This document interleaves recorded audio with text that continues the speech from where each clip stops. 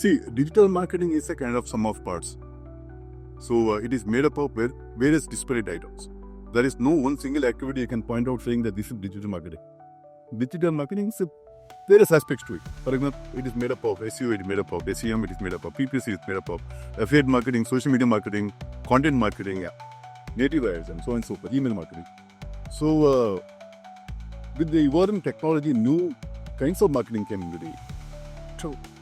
So technology became an enabler for the introduction of new forms of marketing. For example, in affiliate marketing, it would not be possible without technology because you need to adopt a cookie so that you are tracking and then give the kind of a credit to the person who has originated that particular journey. So all these things, the evolving technology, you had an evolving marketing method also. True.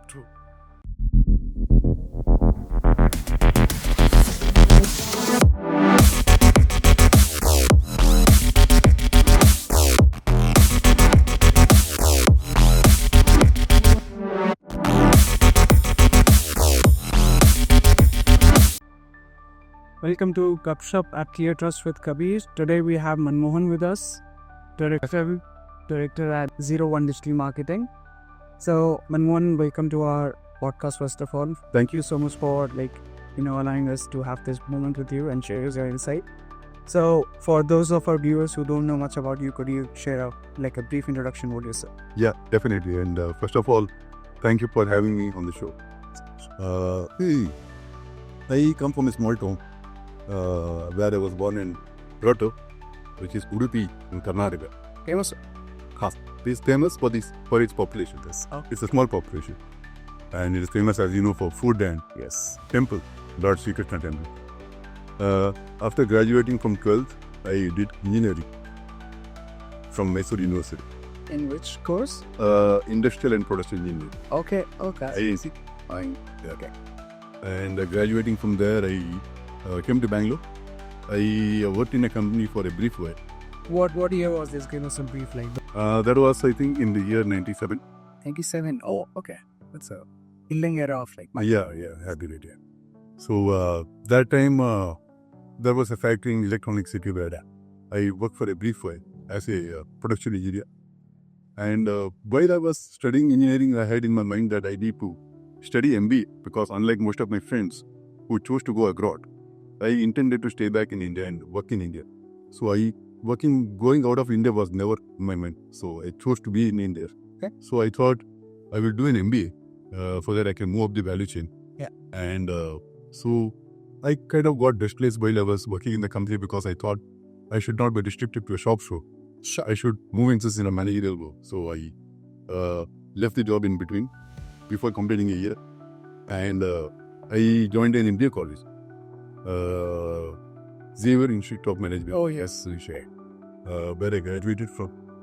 And I think that college had actually given me, in a sense, it sowed the seeds for my future entrepreneurship and for the management tree. And more than what I learned from the books in the college, it was the kind of people I had an opportunity to meet. Had I not done MBA, I would never have actually met such kind of people. And without meeting them, you would actually never have the kind of zeal that you also can do something. Because when you see them as humans. So those people can do it. Yeah. To maybe help you in small little ways, you can do something, if not, of course, to the extent that they have. And I had the opportunity and privilege to meet people like Vishayana Narayan Murthy, Azim Premji, Ashok Sota, Harish Biju, who actually taught us. Harish. Yeah. He taught us advertising. He was then CEO of Cabin Tata Coffee. And Anu Aga of Thermax. Okay. Mr. Shanai of ABB. And big wigs. Yeah. Okay. And under them, we kind of had a introduction to the whole business world. And as I said, more than the information we read from the books, it was interacting with the networking. That's what I guess LPA is like. It's not like going to the books for the 2 years. It's just like absolutely enjoying and meeting people. That is true, yeah. So after completing my MBA, I got a job in a small to medium IT firm where I was inducted into the marketing team. And that firm offered various kinds of IT services, including digital marketing, what is now known as. Okay. Then it was known as web marketing, online marketing, and internet marketing. And that company was offering search engine optimization. Okay. So they were offering their clients For Indian clients, for Indian clients. this was in '98. It was early 2000. What was the internet adoption back then, like as compared to now? You had email marketing was there. Okay. Search engine marketing was there. Display ads. There were people who were searching on the net back then, like Yeah. as at a big. Not of course to the scale it is now. Of course, not now, but Yeah. like if It had a fairly big audience. okay, do you have a number like? Of course, I won't know because even then, even the numbers I don't think were actually even published because it was fairly early days. With that I got introduced to a friend of or a colleague of mine who later became my buddy, my friend, and he was a specialist in search engine optimization, SEO. And by then, my limited understanding about web marketing was only SEO. But later I found out there is much more to web marketing than just SEO. But anyway, so since him being an expert in SEO, that became kind of a natural progression for us to move. And both of us, we decided to quit the company because we thought there's a potential. And as I said, during my MBA, I had a kind of a vision of doing something on my own for a simple reason that I wanted to be independent and free. So What do you mean by independent and free? Just to be my own master of time. I can choose to go to my office at a time of my choosing. and then I can bang at my own my Absolutely. Absolutely. So it was more of a lifestyle driven. lifestyle, not like okay. To compare, just a random thought on the sideline, like.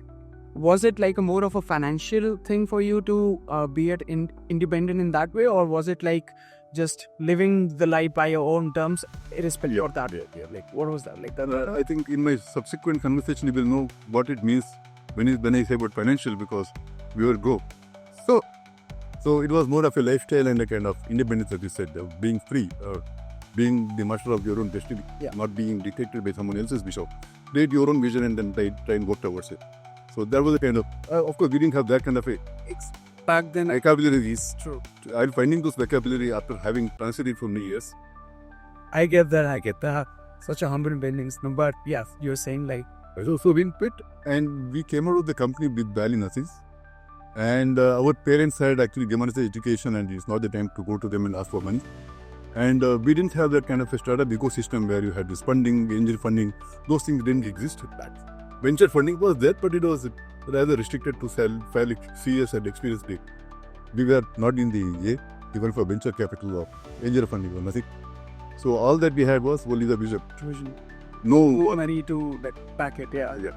But we knew that if we stick around and we work towards it, this has the potential to actually make something big or fairly big. So we stick around, and first couple of years were really difficult. Okay. Because people didn't understand the value of. What were you offering, like when you started with your friend this company? Like what was the prime? Was it like SEO optimization? Because you said you started with the SEO and later you found out like there are many aspects like web marketing. Correct. But content, it was SEO. But even then also we didn't realize. Even when we started also we didn't realize that there is other aspects to online marketing. It was only SEO that we were limited to. Yeah. Even other aspects were not that prominent. Even marketing was more of a spam. Yeah. You didn't have the kind of legislation and the kind of compliance of vision that email marketing is there. So it was more of a spamming activity. And other forms of marketing were not that involved. Whereas SEO was something which was available to people at a fairly cheaper rate because there was no money involved in terms of giving to Google. Whereas only if you do a PPC kind of that Google Ads, which was then known as Google AdWords. So that we have to pay money to Google. And so this was something for people to actually very easy to start at experimenting with. But even then, the kind of mindset was not there that I remember we educating the client itself was very difficult. Yes. And we were only approaching those clients since we were not a serious player. We were very, not even the company, a couple of folks who came out of office and they something on there without any funding. You're considering them only. Yeah, like you're considering people like more or less like yourself in the 5 years down the line. Presenting. Absolutely. Yes. So, okay. So they didn't have the kind of vision. And things happened such that once we got an entry into a company, which is a large IT company. Yeah. And in today's date, it is among the top 5 IT companies in India. Oh, wow. And that company couldn't actually take us on board on their approved vendor list because we were not of that size. So they routed the project to another agency and we were outsourced partners. And that project went on for 5 years. Oh, wow. And that was the turning point. So at this point, how big was your team? Like, because We were about 10. to pick 10 people. Yeah, I mean, not at the beginning. Over that period of 10 years, where we Completion actually of the project. All. Yes, yeah. When we started, of course, we didn't have any money to give to anyone. Okay. Easy access. Just 2 people who kind of like had this third party deal closed. Yeah. 2 people. We had some people who came on board on freelance basis, Okay. as and when needed, because we didn't have the kind of money to give out as salary regularly unless we had any kind of clients. So only when we had the clients could we actually get the money from the client and then give it as salary to people. So when this thing happened, I can't tell the name of the company first since it is a kind of confidentiality. But what worked for you? Like closing, like you're such a smart in closing such a big, like that company is one of the 5 top Yeah. companies. Yeah. It was our knowledge. I mean, my partner, who was really knowledgeable. How did just wanted to understand how did the outreach work back then? Like sales email, you were saying like email was spamming. I believe like Yes. No, this was through a contact. This thing happened through a contact. Someone knew someone knew and someone in that company as a that networking. we got an opportunity to go and meet, and we met. Finally, we ended up meeting the vice president marketing. Okay, And anyway, so that happened. And this did 2 things to us. One, it gave us the much needed fear, that is my finesse, and it gave us the confidence that if we can actually service and keep such a client happy, then we should be able to do to others also. So with that kind of a conviction and confidence, then we started making an outreach to other companies. And over the next 5 to 10 years, we actually had onboarded quite a few fairly known companies. Okay. And some of those companies I can name because they were our direct clients, such as ITC Infotech or Emphasis, Viacom, and Tally Software. Oh, that's easy. Emphasis. Yep. So for a brief while, we even did a project for Infosys. Okay. And I was hired by MS in India, which is the precursor to being as a search consultant. So all these things happened in the next 10 years, and this thing happened as a haze because we didn't even know what's happening, and things all happened together.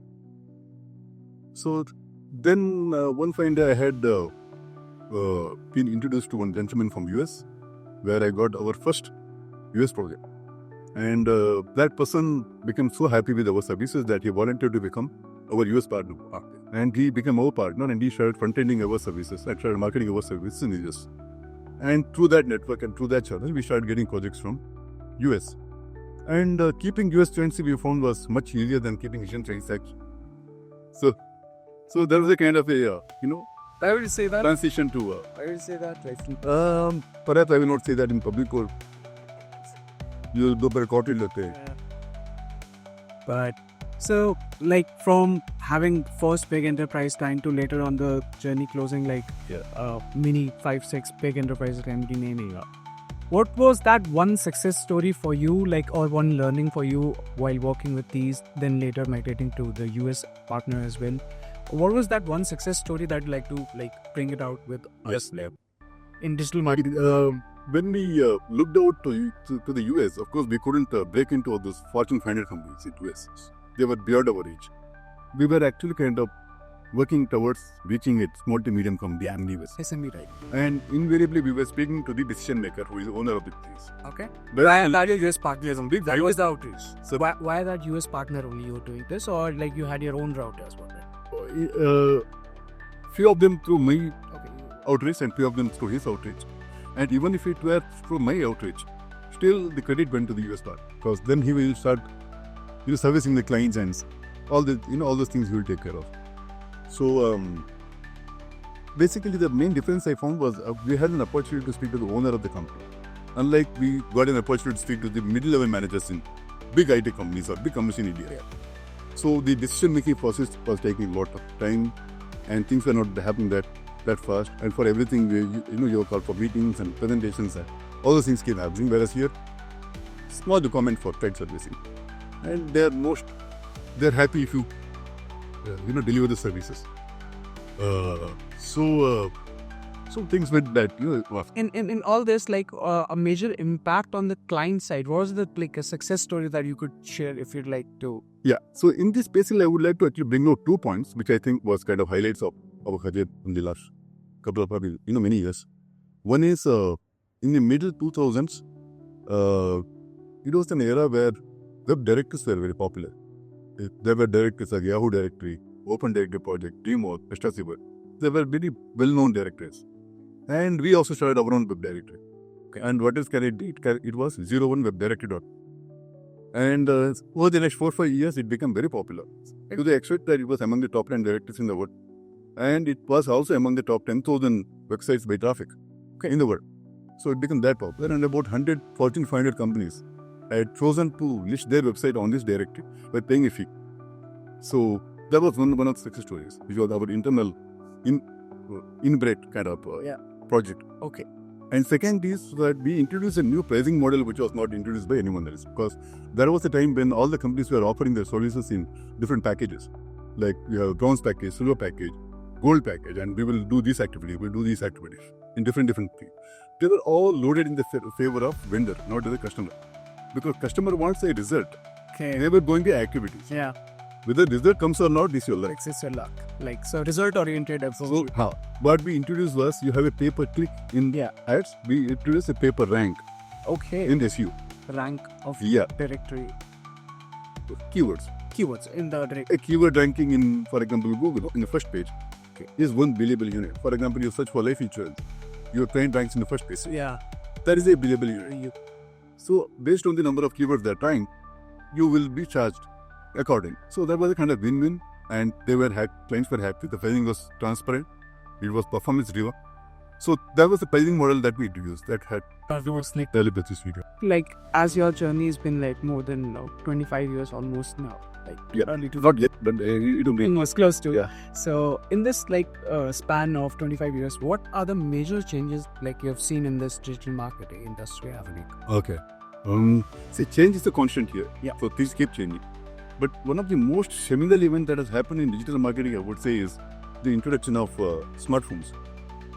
Okay. Because smartphone is one thing that has really changed the game, because it has democratized digital marketing, because otherwise it was restricted to laptops and desktops as a delivery channel, as a delivery medium. Whereas smartphones are with at least a feature phone. Now watches are also there. So every second person is a recipient of your messaging. So that has actually increased the depth and width of your coverage. So that has become an enabler for digital marketing, and it has actually, ever since the introduction of smartphones, it has really gone up multiple times. So I think that is one of the biggest change that I've seen. Okay. And companies had to actually adopt to that new reality. That is why people consume to. Because people are adapting that. That's why the whole GPS comes into equation when you have in that program. So all the local marketing, all those things that are associated with that. And now websites are becoming mandated to be a responsive design. For example, it is a mobile-first website use. So you should make sure that your website is friendly with mobile. Yeah. And then make sure that it's also friendly with your laptop as well. Like that's an optimization. Yeah. So apart from like introduction of smartphones, which is like, I believe like there'd be many such, if you are taking Discovery Channel as one. So nowadays like smart watches are come like lead now in TWH marketing is also there, which is like doing it on outside like that. Vending machine is there. You can also have that there. So apart from the channel introduction, in terms of like ad tech we speak or the technical aspect, was there or some challenge that you could recall of in this digital marketing that happened like? See, digital marketing is a kind of sum of parts. So it is made up of various disparate items. There is no one single activity you can point out saying that this is digital marketing. Digital marketing is various aspects to it. For example, it is made up of SEO, it is made up of SEM, it is made up of PPC, it is made up of affiliate marketing, social media marketing, content marketing, native ads, and so on and so forth, email marketing. So with the evolving technology, new kinds of marketing came into the True. So technology became an enabler for the introduction of new forms of marketing. For example, in affiliate marketing, it would not be possible with the technology, because you need to drop a cookie so that you are tracking and then give the kind of a credit to the person who has originated that particular journey.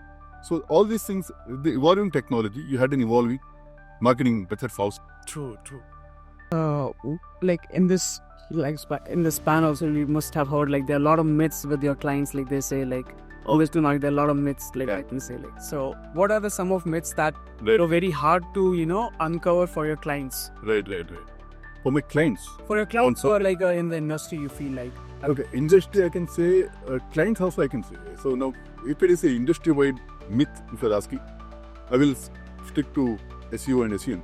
That every passing year, people will say that SEO is dead. Because Google makes so many changes to the algorithm. They're okay, fine, there is a new order. SEO is dead. It is not that SEO is dead, it's your creativity and imagination that is dead. So with everything that is changing, you need to change your approach. okay.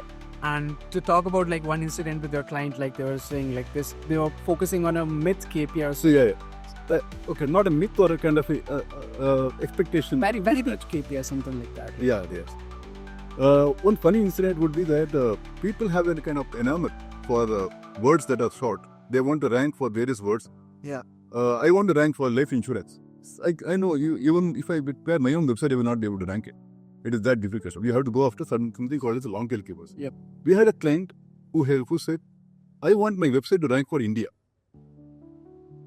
So both were silent for a while. I said, India. Yes. Then I said, it's not pausing. Yeah. He said, it's pausing. You can rank my website for India.